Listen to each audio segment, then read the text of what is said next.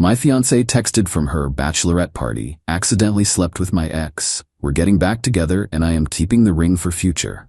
I replied, thanks. Then I emailed the $80,000 ring bill, which was in her name. And then, I, 32 male, am, or rather was, engaged. The wedding was supposed to be in 3 months. Now I'm just sitting in a very quiet condo, looking at a $1,500 box of useless cream-colored wedding invitations. It all fell apart last night.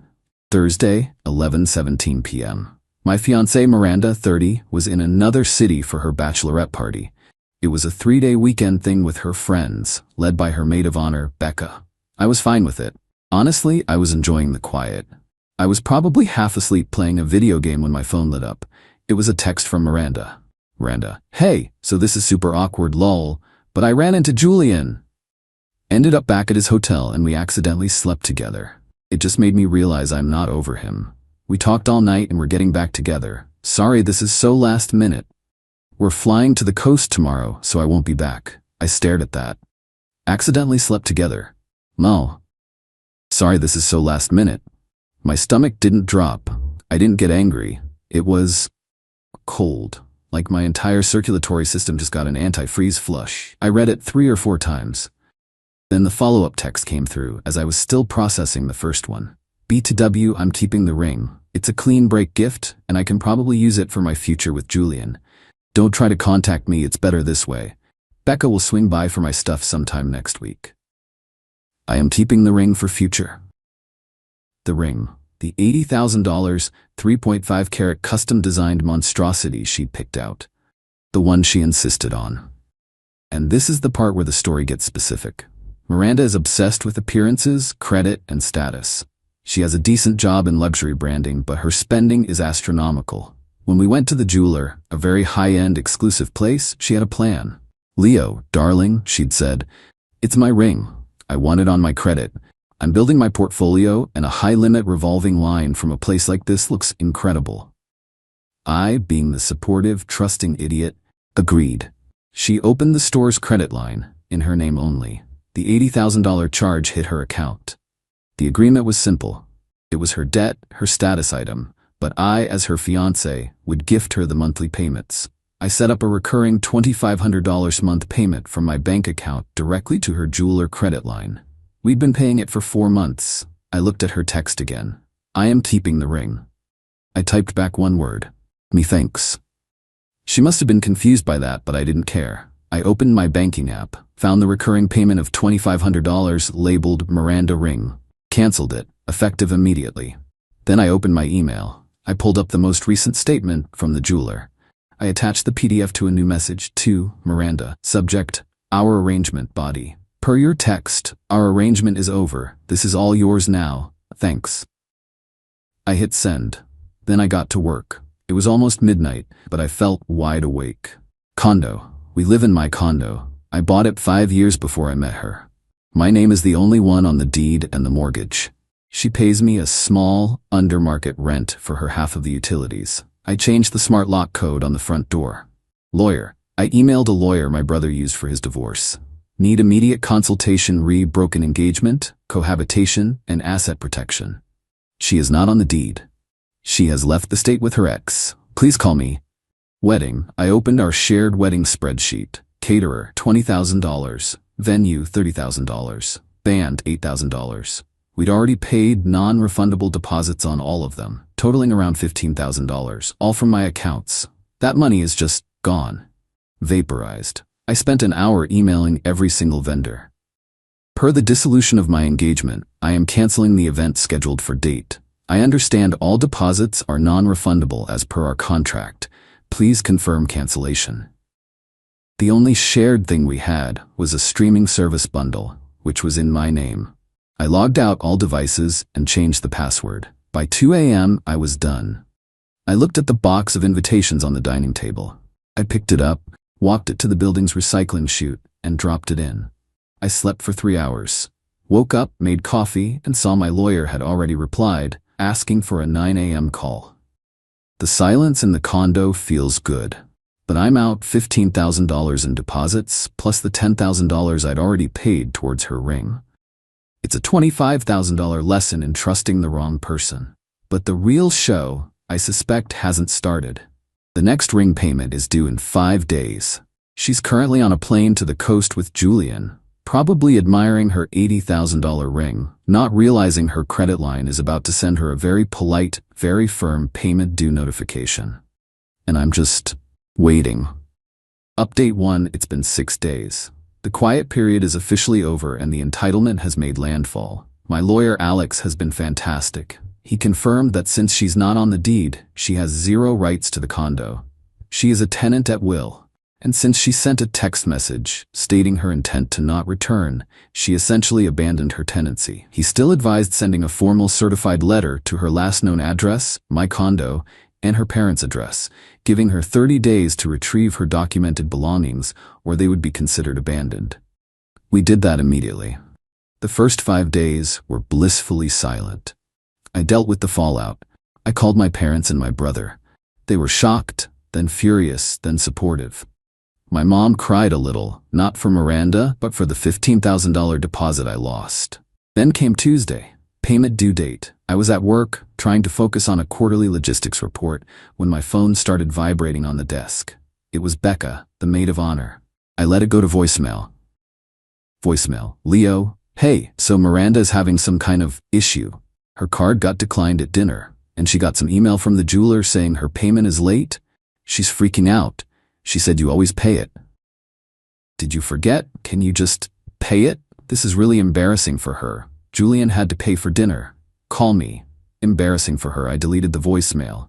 An hour later, Miranda's mother, Celeste, called. I knew I had to take this one. Celeste is a piece of work.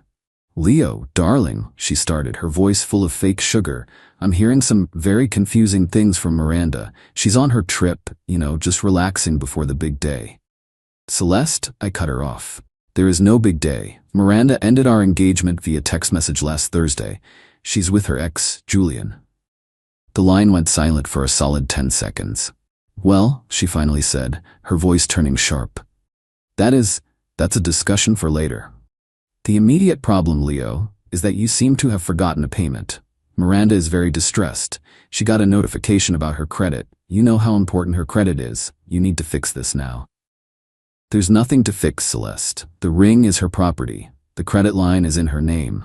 My gift payments were contingent on the engagement, which she terminated. A gift? She scoffed. Leo, you're not a child. You can't just take back a gift. You promised to pay for that ring. You are obligated to pay for that ring. It was part of the engagement. You're trying to punish her for a little wobble. A wobble? She's on the coast with him. She told me she was keeping the ring to use with him. She can pay for it. Leo, you are being unbelievably petty and cruel, she shrieked. She doesn't have $2,500 a month just lying around. You know her budget. Julian certainly can't afford it. You've trapped her. I've trapped her. By stopping payment on a debt she opened for a ring she is keeping to be with a man she cheated on me with. The logic was breathtaking. Celeste, this conversation is over. From now on, Miranda and you can direct all communication to my lawyer, Alex. A lawyer? A lawyer? You're bringing lawyers into this? Over a ring? No, over her abandoning her tenancy and to schedule the retrieval of her belongings. He'll be happy to discuss the ring with her lawyer, too, if she'd like. Goodbye. I hung up and blocked her number. The main event happened at 8 p.m. last night. I was watching TV when my building's intercom buzzed. It was Miranda. She was back. And she was not happy. Intercom. Leo, open the damn door. The code isn't working. I picked up the intercom receiver. All communication goes through my lawyer, Miranda. You're not on the lease. Intercom. What the hell are you talking about? My stuff is in there. My clothes, my laptop. Open the door, you psycho. You abandoned your tenancy. You need to schedule a pickup time with Alex. He's available tomorrow between 10 a.m. and 2 p.m. for a civil standby. A civil standby? Are you kidding me?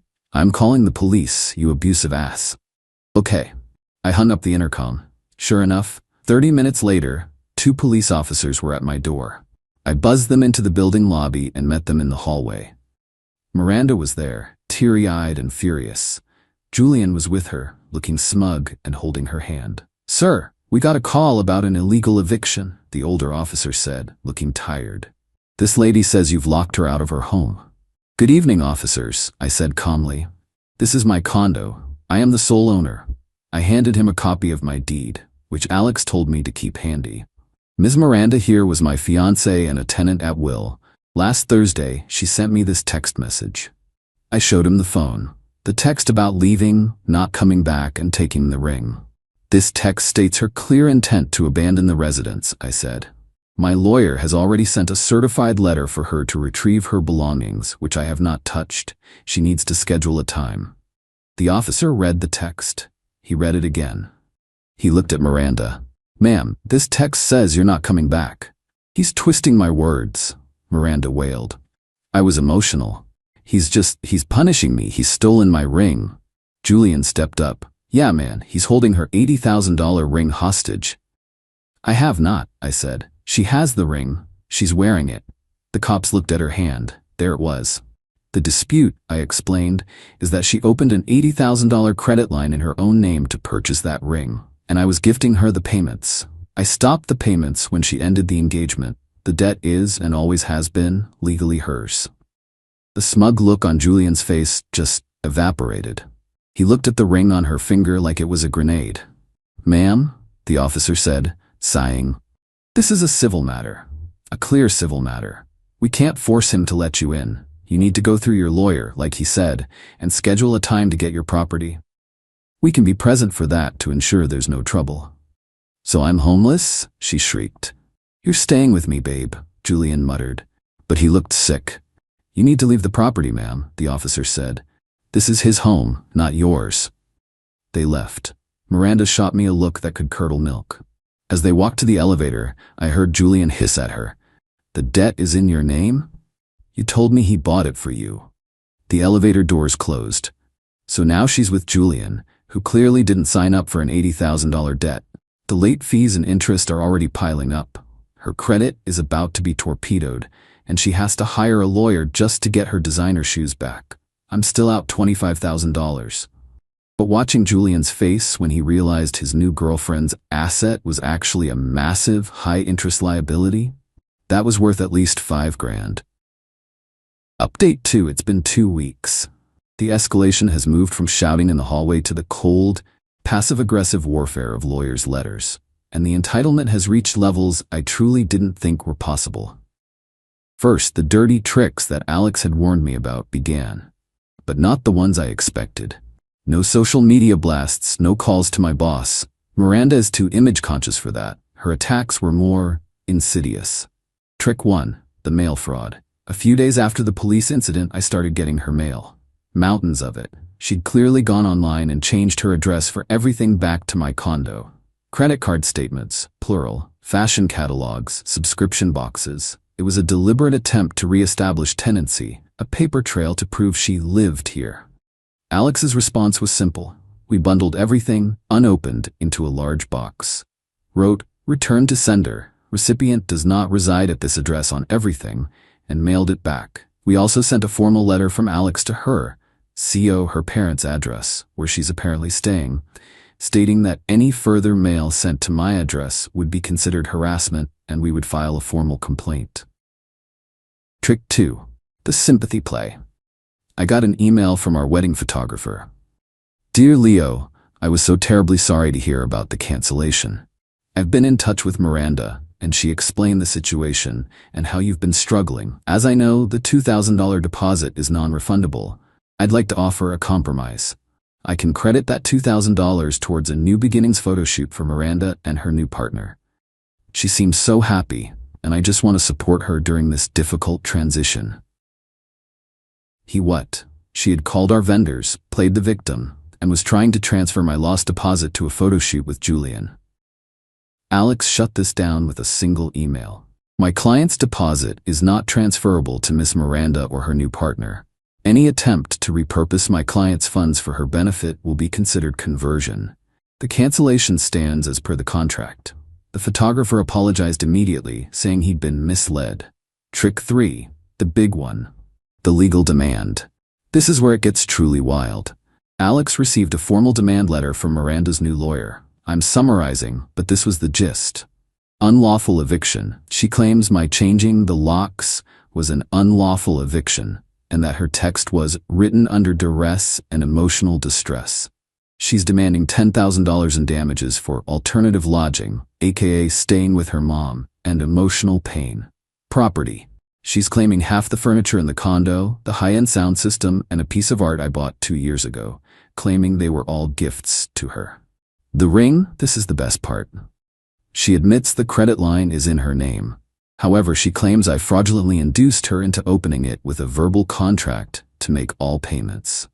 She is demanding I either A. Assume the full $80,000 debt immediately, B. Pay her a lump sum of $120,000, 80 K for the ring plus 40 K for punitive damages and credit reputation repair, so she can pay it off. She is, in essence, suing me to pay for the ring she is keeping, which she is wearing while living with her ex.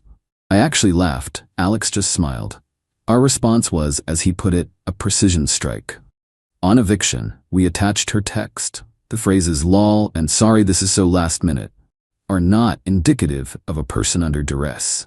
She clearly stated her intent to abandon the residence. We also noted the police report where the officers deemed it a civil matter. On property, we attached the credit card and bank statements for the sound system, the furniture, and the art, all purchased from my accounts before she even moved in. Miss Miranda is welcome to her personal belongings, clothes, toiletries, laptop, but she is not entitled to Mr. Leo's personal property. Her claims are frivolous. On the ring, this was Alex's masterpiece. Your client, a professional in luxury branding, willfully and eagerly opened a line of credit in her own name to build her portfolio. She is a sophisticated party to that agreement. My client's gift payments were a conditional gift, with the condition being the marriage. Your client unilaterally broke that condition. By her own admission in her text message, see Exhibit A, she is keeping the ring. She cannot simultaneously keep the asset and discard the liability. My client's thanks, see Exhibit B, was his formal acceptance of her new terms. The debt is hers. Any further claims on this matter will be met with a countersuit for harassment and legal fees. The immediate fallout was radio silence for 48 hours. Then Julian called me from a blocked number. Man, you have to help me, he sounded desperate. She's insane. She's getting calls from the jeweler non-stop. Collection agencies. It's only been 2 weeks. They're high interest, man. She told me it was paid for. I can't be part of this. That sounds like a you and her problem, Julian. No, listen, she wants to sell it.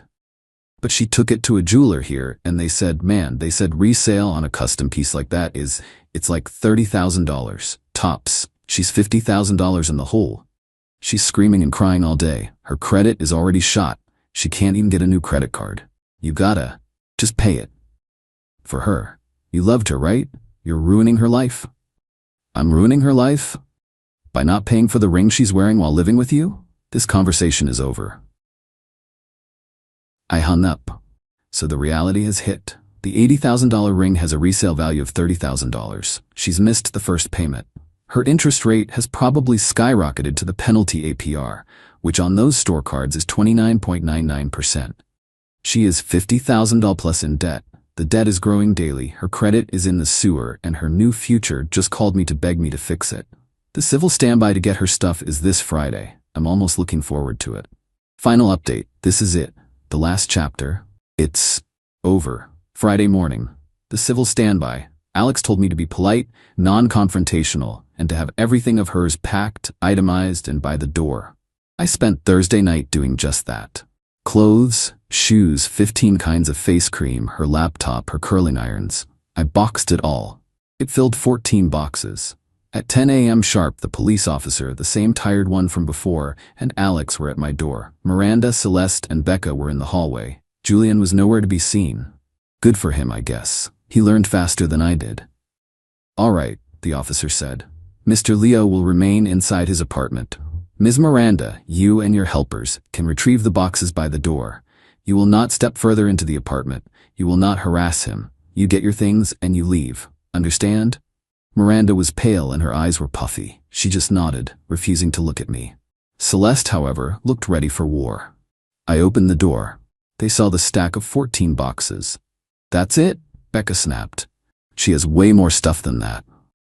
Her possessions are in those boxes, I said. Everything on the list she provided her lawyer. As they started grabbing boxes, Celeste accidentally tried to walk past me into the living room. I just need to check the bathroom for her. Alex stepped in front of her. Ma'am, you will remain in the entryway. This is ridiculous, Celeste snapped. He's probably kept all her valuable things. Like what? I asked. The serving platter my grandmother gave her. It's in box 4, I said, labeled kitchen. Miranda was silent, just grabbing boxes and hauling them to the elevator. But as she grabbed the last one, a small box with her jewelry, the non-ring kind, and makeup, she stopped. She finally looked at me. You did this, she whispered, her voice shaking with rage. Did what, Miranda? You planned this. You knew I'd be ruined. You let me take on that debt. I was stunned. I let you? Miranda, you insisted. You demanded it. You told me it was for your credit portfolio. You should have stopped me, she shrieked, and the tears started.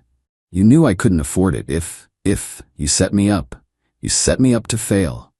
I set you up by agreeing to your plan and making the payments for you. You were supposed to love me. You were supposed to take care of me. Even if I messed up. You're a monster.